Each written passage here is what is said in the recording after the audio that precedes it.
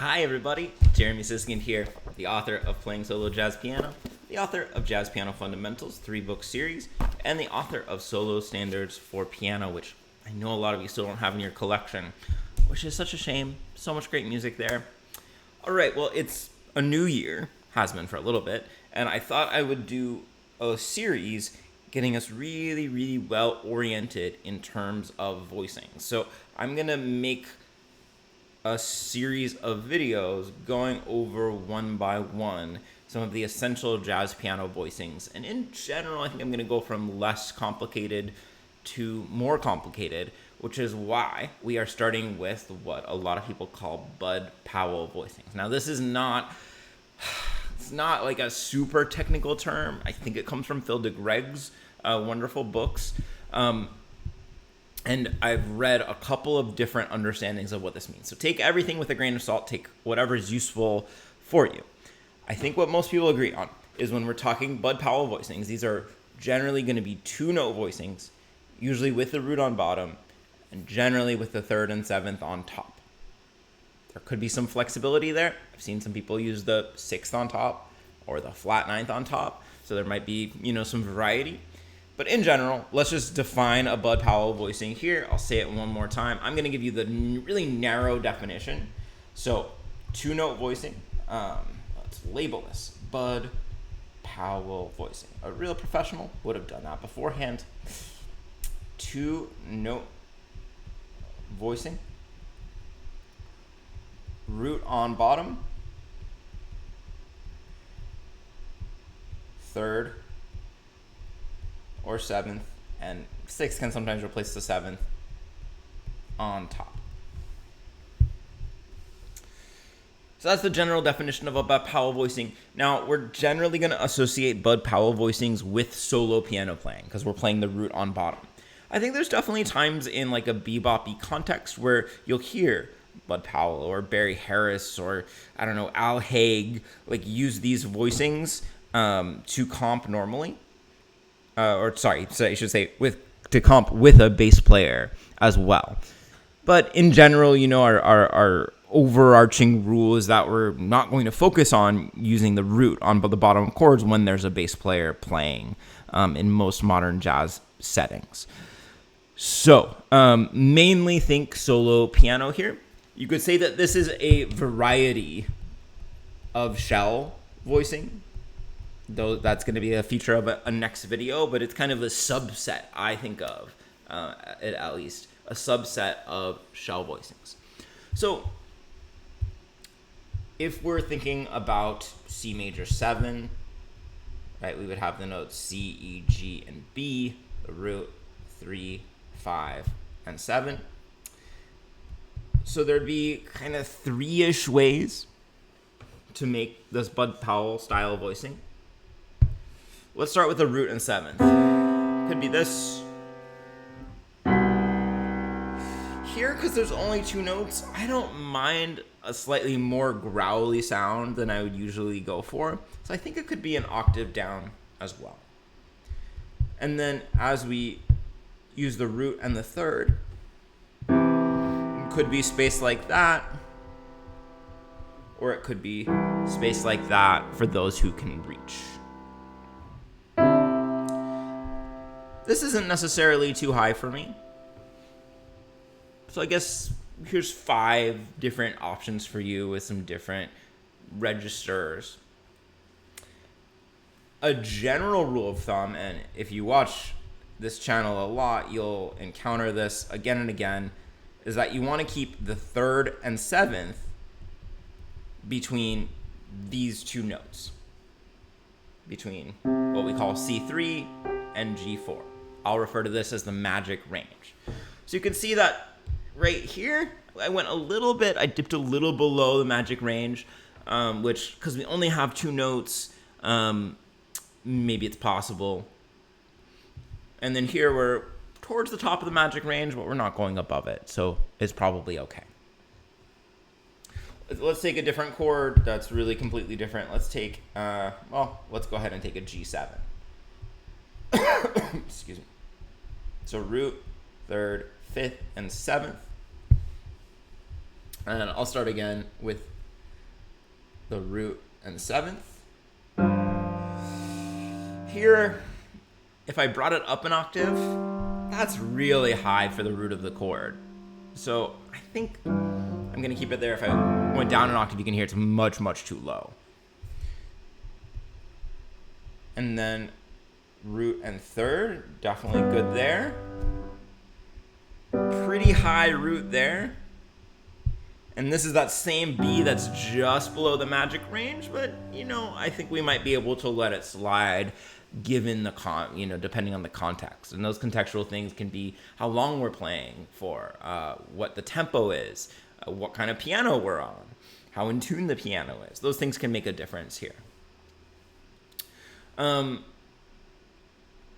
You can always, if you prefer the 10th, if you prefer to play, let me get a good color, this rather than this, you can always do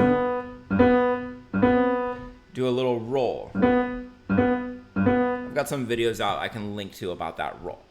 Now what I want to do, before we do that, let's see a couple of versions of a 2-5-1 using these voicings.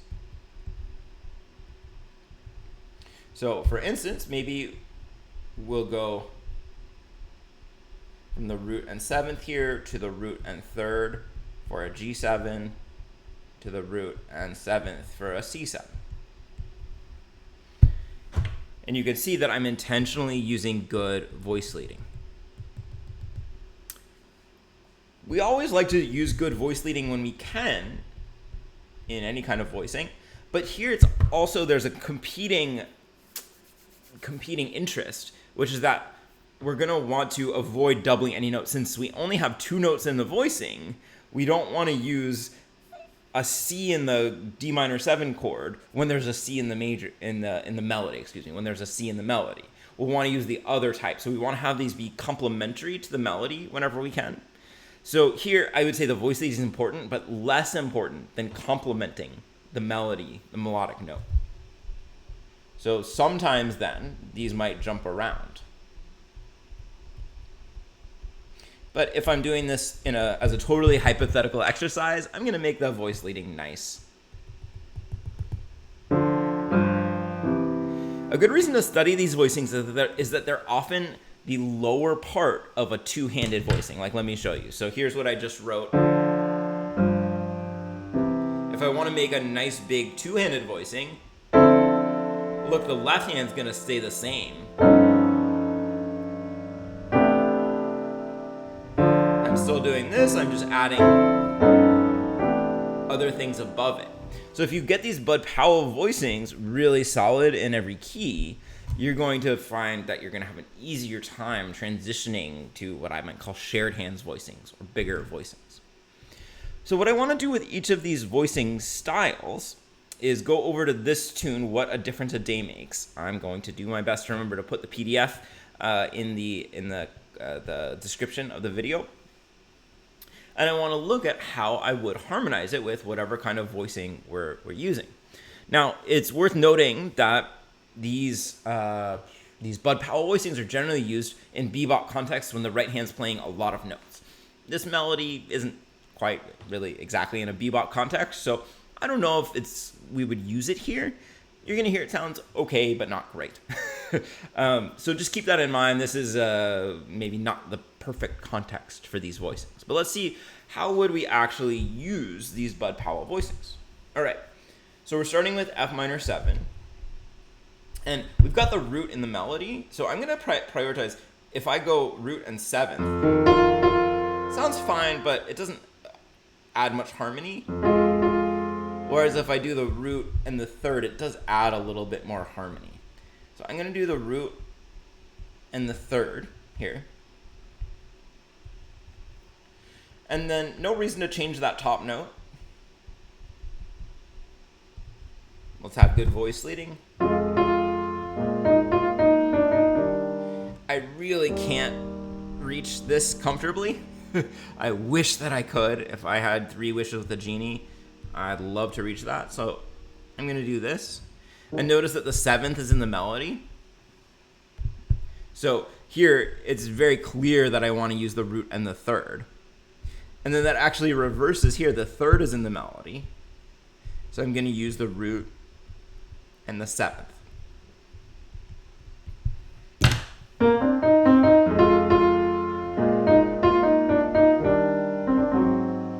So there we hear the whole shell of the chord. And if you don't know that term, keep watching this video series. Okay, we can slide this down just a half step. It's A flat 7 going to G minor 7.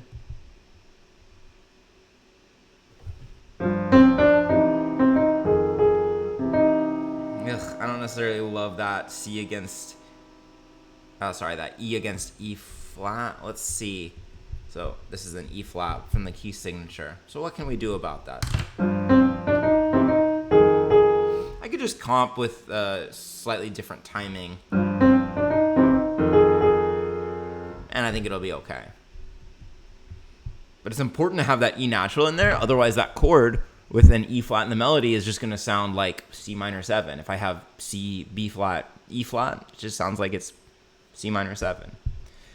Okay, so now I have the third in the melody again. And so I'm going to use just F and E flat, the root and the seventh, to complement the third. It might be nice here to hear both the third and the seventh, so I'm going to do two different versions of this voicing. I'm not changing the chord, just the voicing.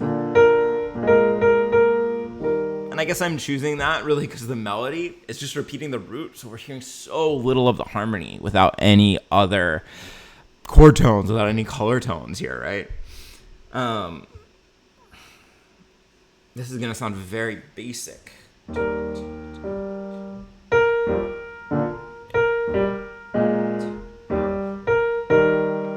If I just do the root and the third, it really sounds like a triad because that's exactly what we're playing.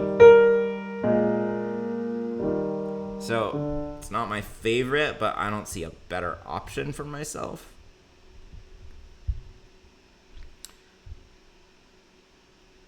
Without going outside of our agreed upon confines of these Bud Powell voicings. So you can see why it's going to potentially lack color. Root third, root 7, then why you would want a melody that maybe has a lot of arpeggios. Okay. If you're wondering, how's he doing it so fast? How's he deciding? Well, I'm watching the voice leading. And then the lower note is just the root. So there's not really a lot of deciding to do here. I am going to use this moment to move from root E flat on top to B flat on top, since we're just repeating the C minor chord. Do, do. So I'm listening to that top note as a melody. Do, do. And you can see that the seventh is in the melody here, so it is a good thing that the way we're going through it, we've got the third. I should technically be writing naturals in front of these A's because there's an A flat in the key signature. And I think I can reach this 10th. Let's find out. So this is root third, root 7th, and then B flat, A flat is root 7th. All right, so now I've got 16 measures done here. Let's see. I'm going to play it for you two ways. The first, I'm going to play it very literally, and then I'm going to dress up the melody how I might play it as if I were actually performing, if someone said, you must perform this tune using Bud Powell voicing. So.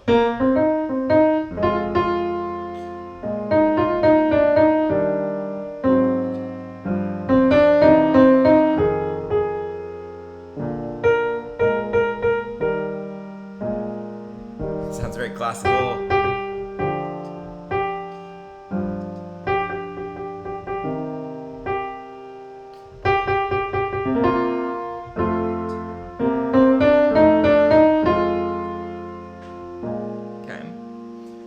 So it's a little bit bare bones, but they're good bones. These are the bones that we want. If I were actually playing this...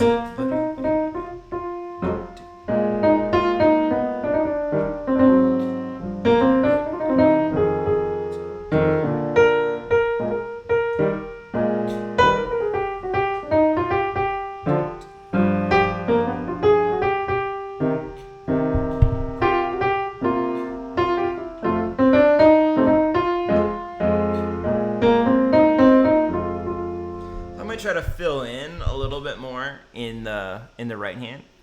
And then certainly if I'm soloing, I could use these voicings and solo in a more busy way. And let's split the difference here.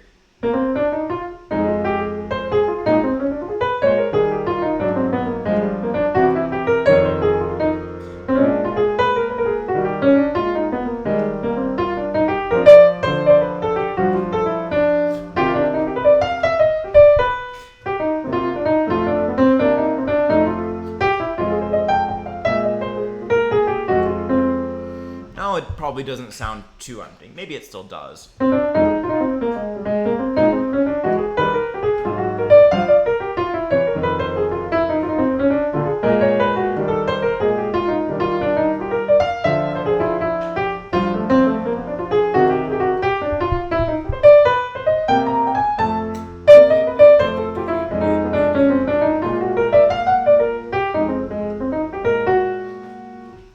But this is a really nice way to accompany yourself as you solo in a solo piano fashion. As you solo in solo piano. So there's your overview on Bud Powell voicings and how you would actually apply them to a tune. Some limitations, but really valuable work. So there's a bit about this in these two books.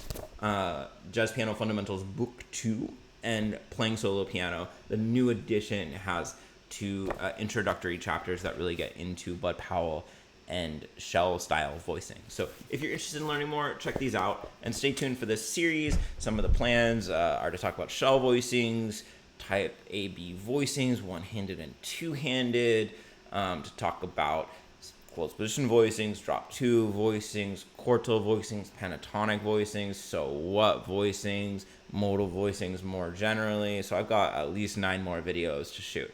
So stay tuned, follow, subscribe, like, comment, do all the things. And if you've watched this far, why don't you comment with your favorite Roman or Greek god? Try to work that into the conversation. All right, see you later.